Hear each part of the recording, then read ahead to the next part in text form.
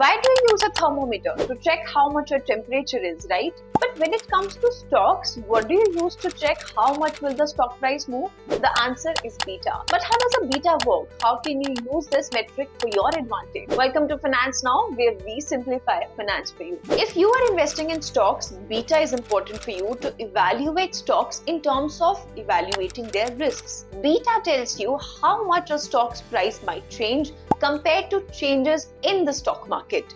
It is a measure of stock's volatility compared to the overall market, meaning how much will the price of a stock rise or fall in comparison to the market. It can help investors understand the market risk that comes with the stock. If a stock has a beta more than 1, it means that the stock moves more than the market.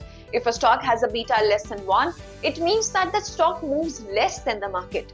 But what if the stock has a beta of 1? It means that the stock moves exactly as much as the market moves. Here's an example. A stock has a beta of 1.5 and the market rises by 10%. The stock is expected to rise by 15%.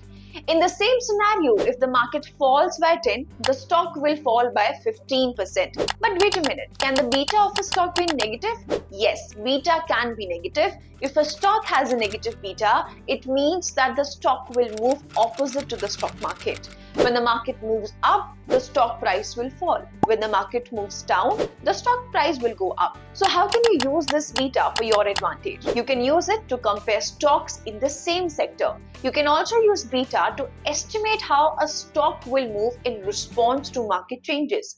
Some investors also use beta to match their investment with risk tolerance. Investors who can handle higher risk may prefer stocks with beta values greater than 1, while conservative investors might opt for stocks with beta values below 1. So do you also invest in stock market? Do tell us in the comment section below.